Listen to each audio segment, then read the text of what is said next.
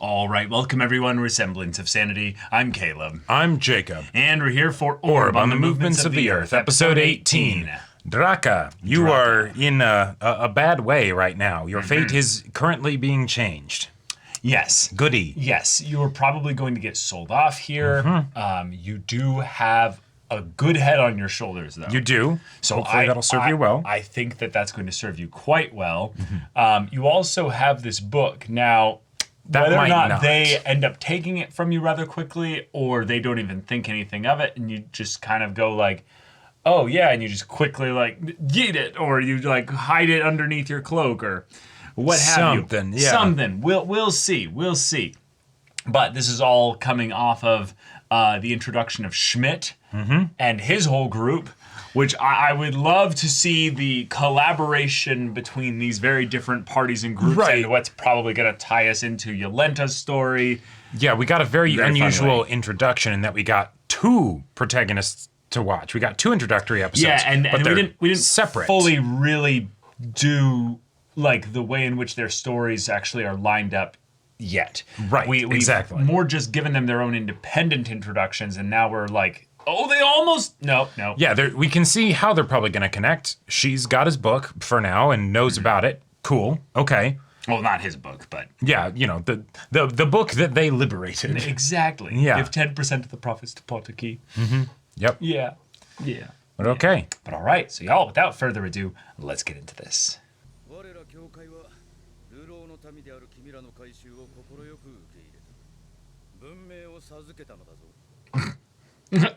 Yeah.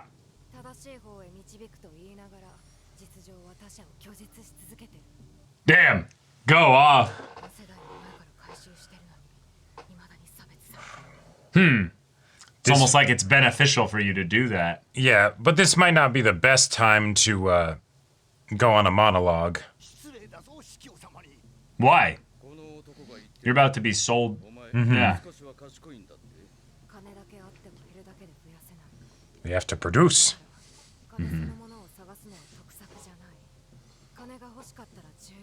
Yep. Music stopped.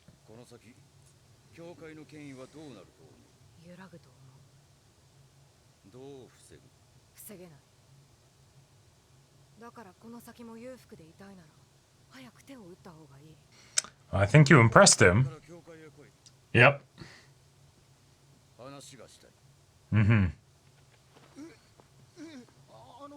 No. Bye.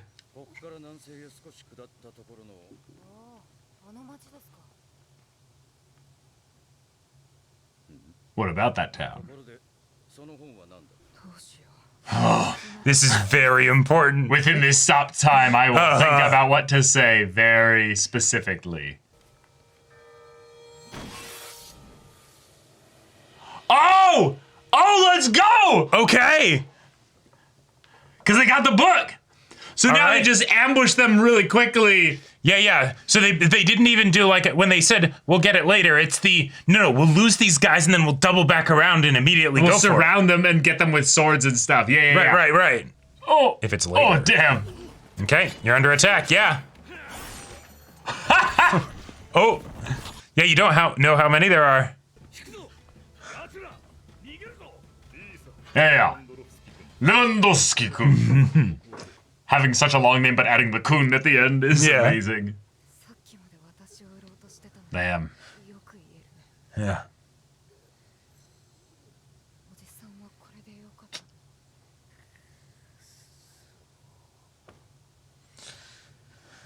All right. Rip. Yes, you. Say you don't believe in this Bible.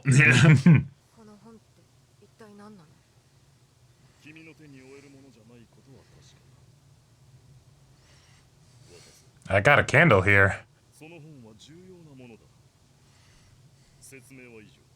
Yep.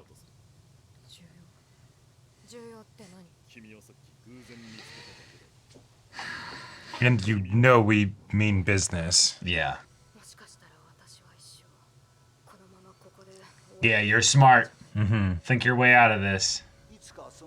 And they could probably cut that candle with the swords before you could effectively burn it.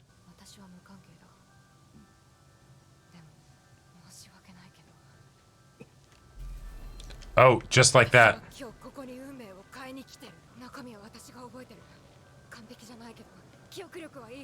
That's a good point.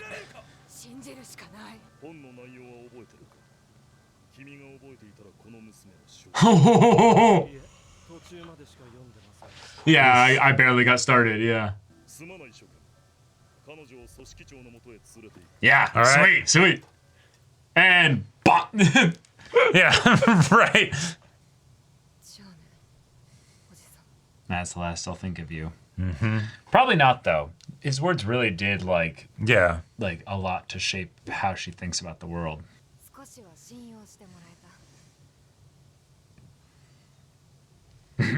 All right. The silent, stern look while he has that impeccable mustache. Exactly. Indeed. And have a good conversation. That's right. Scarcity.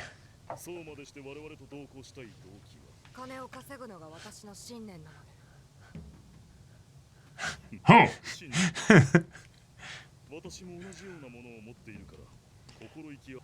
But with regards to money... Yeah, you two are about as opposite as could be.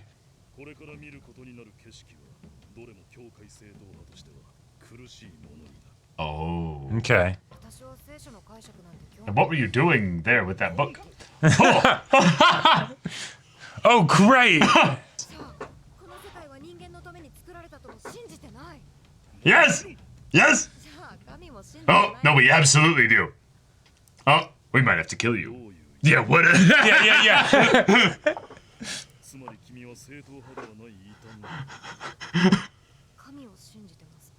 Well, that's what she said. I love this. Now they're gonna have a good conversation. Yeah. Ah. Okay. Right. Yes, this is an opportunity.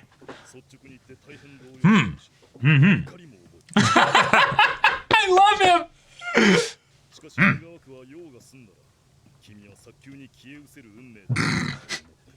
Damn. And we love him for it. Holy Schmidt.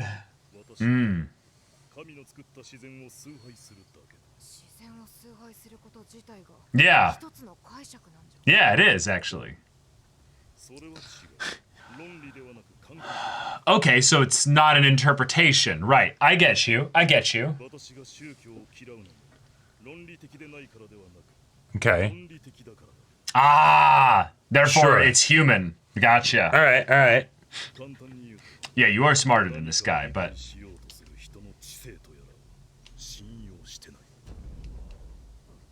And then it seems we're at an impasse. Yeah. Right. Oh, I want society to go away.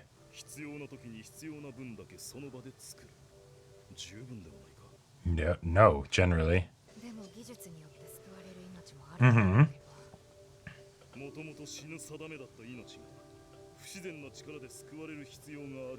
Yeah, there's no such thing as should. But there's also no distinction for what's unnatural versus natural with that logic.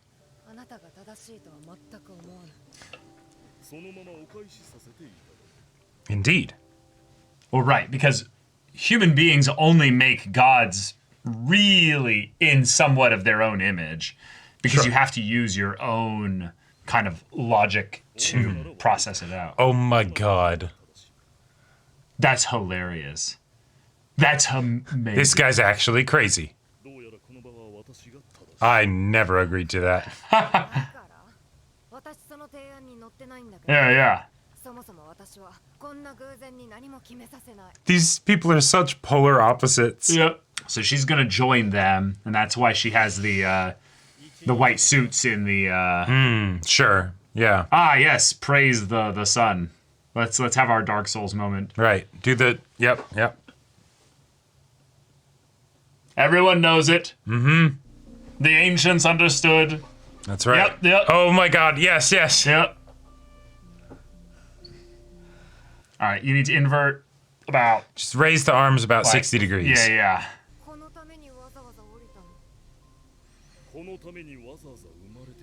Whoa, that's conviction. Mm-hmm.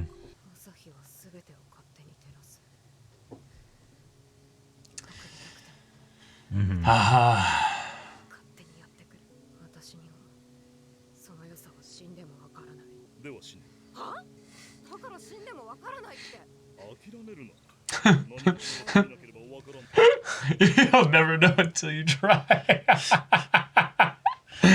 Schmidt is amazing. His delusion is so fun. Yep. Oh. Oh. Printing press. Okay, yeah, explosives. Okay.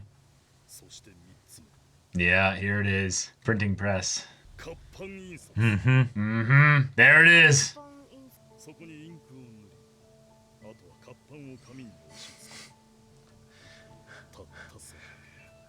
The gears are turning. She's like, oh shit.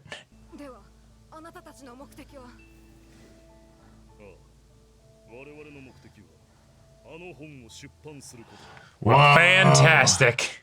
Our interests are aligned. Yeah, it's definitely Yolenta, yeah. Mm-hmm.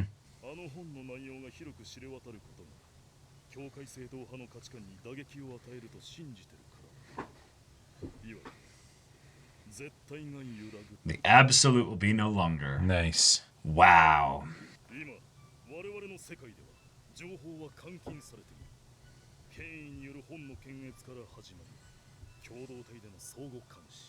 Mutual collective surveillance, yeah. Right. Mm-hmm. Which is fun because yeah, the end result is counter to the way that he views things. Right.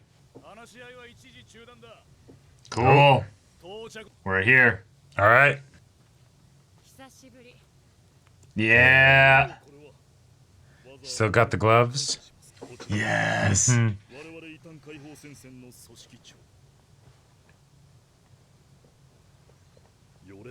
All right. And yeah, end the episode. Nice. Perfect. We got to have them just sit in a wagon and just talk. And I love it.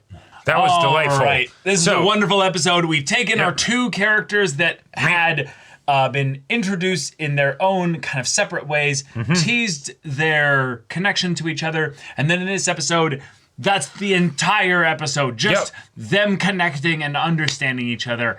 Awesome. Absolutely loved it. They were such different, strange characters getting the opportunity to dialogue.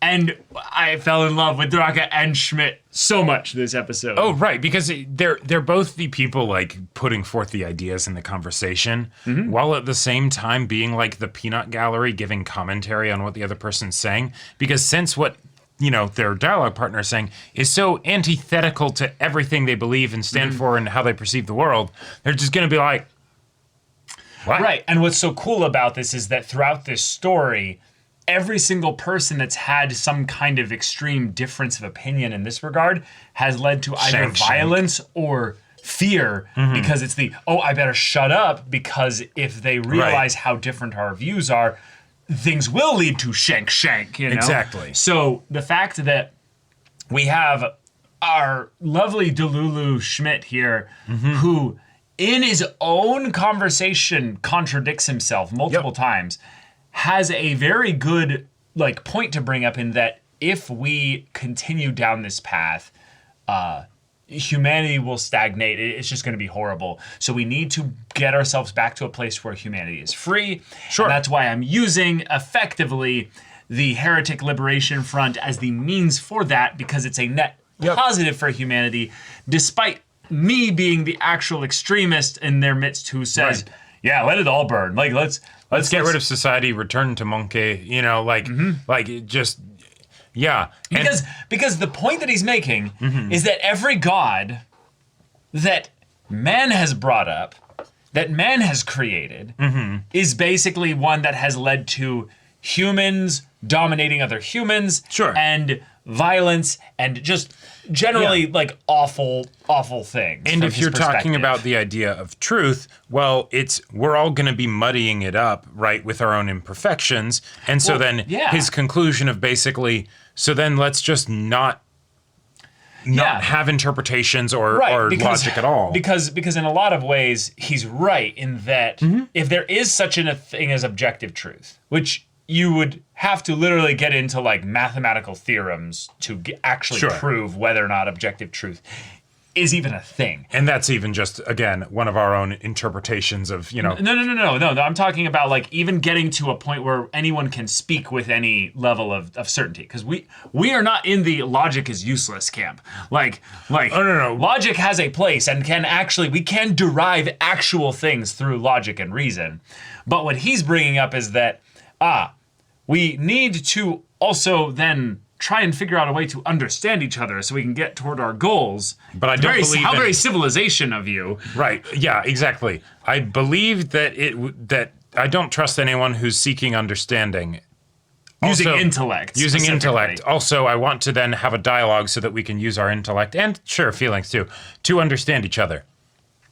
Right. Okay. Yes. I'll let you just sit with that one, Schmidt. You can tell me how that works out for you in 20 years. But if you revert all religions, all faiths, or what have you, back to basically being human constructs, you could be left with something that still is unknown. That would be right, but intrinsic to humans that would get them like them tingling, like what is that? What is that truth? What is that something that stirs within us or what have you? And I think he's right to want to get at that, but it's hilarious in that most of the things that gave him the reason by which that like most of these things are actually good came about from humans using logic and reason to kind of get you to the evolutionary point where you could even have these kinds of discussions. Right. And to say nothing about the fact that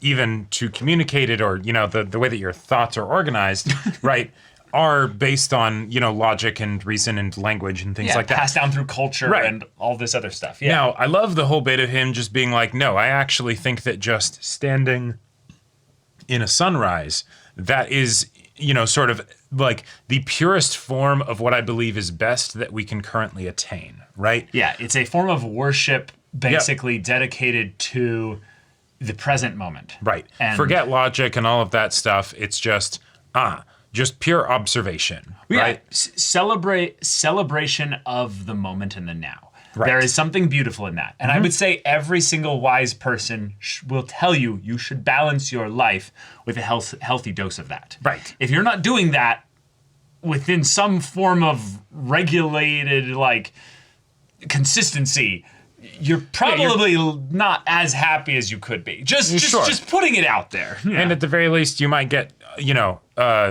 lost in the weeds a bit with, your other endeavors, right? Sure. Having that will help regulate you and how you function, and so that is good, Right. Call it meditation, exactly. Just like centering yourself. Yep.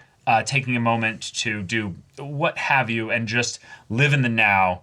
And probably just enjoy the vitamin D enriching your skin because that's probably also what he's feeling that gives him the vibe, He's like, I can tell that my body enjoys this for some reason. Yeah, exactly. And the funny thing is that if not for all of the stuff with, Schmidt's horrible, like childhood and everything and all this bad stuff that happened to him and the Catholic Church being so domineering and all-encompassing, he actually probably, I imagine, would have had a pretty awesome life as like a monk or something like that, right? Where it's just... a mystic of some kind. Yeah, exactly. He can fully engage with this side of himself, this, the part of his mind and person that is called to this and by this, right? Yeah. But that is not currently possible or feasible or practical because of, the Catholic Church, among other things, right? So and yes, and to be fair, he also feels like he's pressured to be so like filled with purpose, that he has to do this for other people. Like, he's not just going and doing the monk thing. He could go do that at any point. But no, he wants the mission. He wants to... He believes with conviction that this is something that everybody else needs to have, and he will kill in order to make that happen. So he's already got his own kind of twisted contradictions in this regard as well, which is fun. It makes him a very engaging character, and then also just top it all off, he's funny. Like, bro is funny. He is very good humored, and that automatically bumps him up several points. But then also the fact that, like, being able to acknowledge that the free exchange of ideas, that's good. That's going to be helpful. And, you know, now this is what you're starting to have, right? You're having this conversation with this person who has completely antithetical beliefs to your own. And, you know, whether you want to think of it as fate or just, oh, hey, I'm sunbathing right now in good logic exchange, you know, cool, awesome, you're winning right now. Right, you're feeling the results of all that cultural evolution, just download from every human being that came before you, putting you into this position where you're like, I feel stimulated right now. Right. I am enjoying this. Now, obviously, this person is a dunce because... Right, I will show them how they're very wrong, you know, but... Or just at the very least, I must understand how they came to this conclusion. Exactly. Because for me, I find it quite clearly the most hilarious form of God's fate to put someone so different to me in front of me after such a very, strange set of coincidental circumstances and stuff, like him killing everyone, including an important person in her life, and her being like, I want to follow you guys now. And him be like, sure, yeah, great. Yeah. Like that whole sequence of things is pretty wild. So then we have Draa, who she sees the money in this, does the classic, I now know the thing, so you have to keep me safe. And they're like, yeah, sure, great, awesome. Love your conviction. Good job. You know? And I like that they had the whole thing of someone who'd read part of it to be able to confirm and be like, all right, it's about, you know, the stuff. And he's like, I didn't remember all the details, but nope, that I can confirm that she does actually remember it with a high degree of veracity. Yeah. So we're going to go see Alenta. We did see Alenta. Yep. Draa is being told about the inventions that are currently coming to the mainstream market, if you will, for this, you know, world. The compass, explosives, and the movable type for a high quality printing press situation, which I love the point of it being the movable type, so that you are not in the crummy situation before. This is an upgrade, and this is when things go from being like, oh, this is making regular people have books. That's cool. To then having the, oh my God, everybody's going to be able to read. Like, not just everybody having the potential to maybe hold or touch a book at some point in their life, but to, no, everyone will learn to read. Holy shit. We're not going to have a bunch of artisans carve wood blocks so that we can print, say, specifically the Bible and mass, you know, which would be a Herculean undertaking, you know, right? But now it's the, no, just we'll have it cheap on books manuscript. Of whatever we want. Yeah. And oh my God, the change that was for the world, our world, was it's crazy. The world moved incredibly fast after that for the next 20 to 100 years. Wild differences happen so quickly. And that's fun that they're bringing that stuff up, because like it can be very easy when looking back, even though this is, you know, different world and all that stuff, right? To be like, oh yeah, 25 years passes. Cool, we're gonna get to see a character and they're gonna be a bit more grown up, right? Nope, that's not all we get. No, the world's changed. Yep. Forever. So the bishop was also like, hey, I wanna know where you see the world going. Right. And now with this added onto it as well, that was Draa without that information. Now she's armed with that knowledge. And she's like, oh my God, I'm going to make so much money. So, is heliocentrism going to break the hold the church has over civilization?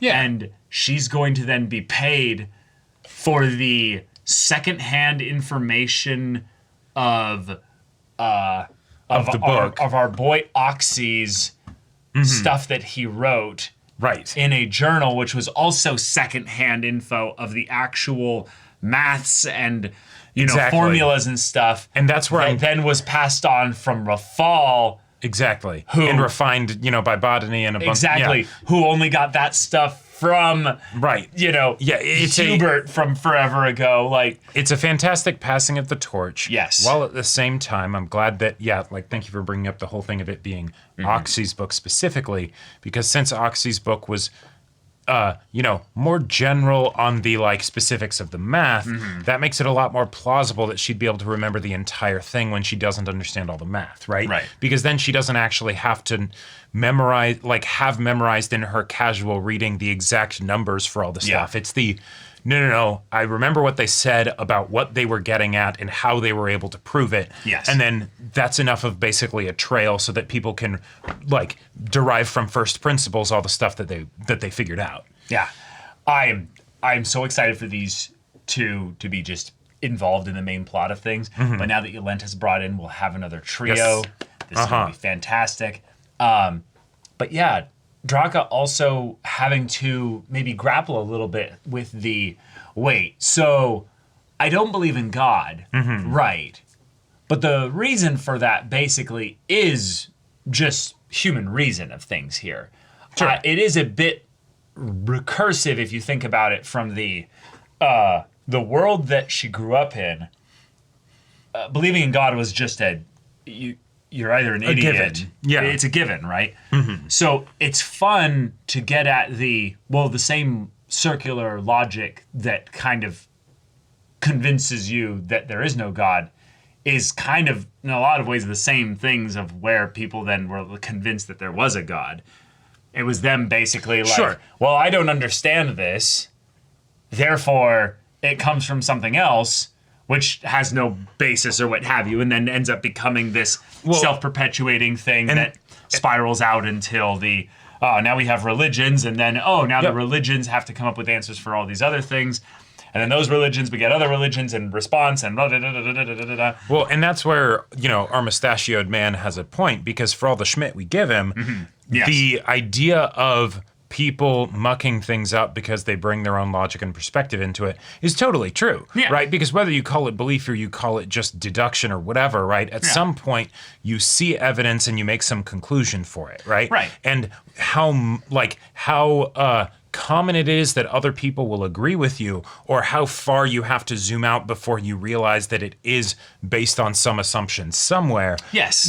That will vary. Right. But at the end of the day, that's still what's happening, right? That's the scientific method in a nutshell, is that eventually you accept that we're doing this in this localized area because in this localized area, assuming all these other things, we do get this result. Right. But it takes repetition, it takes all this other stuff here, and even still, it won't be all perfect. That being said, a lot of our fundamental maths are based on assumptions, are based on things that we've taken as we've gotten far enough in this here that we might as well draw some conclusions, because then we're able to then move and do things with those conclusions. Exactly. That's part of the reason why humans end up doing this, is because we want to use these reasonings and what have you for our benefit.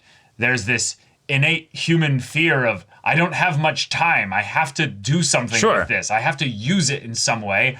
Otherwise, what's the point? And the number of people that are happy to just wonder for the sake of wondering, versus the people that are like, no, I want to wonder so that I can make money. So that I can make money, or so that I can do something with it. Those are different groups of people. They will never see truly eye to eye. And in some ways, you're right. That's a very fun fundamental thing, in that there's no real correlation to these two. With regards to these two camps, the artists that basically wonder for the sake of wondering, and then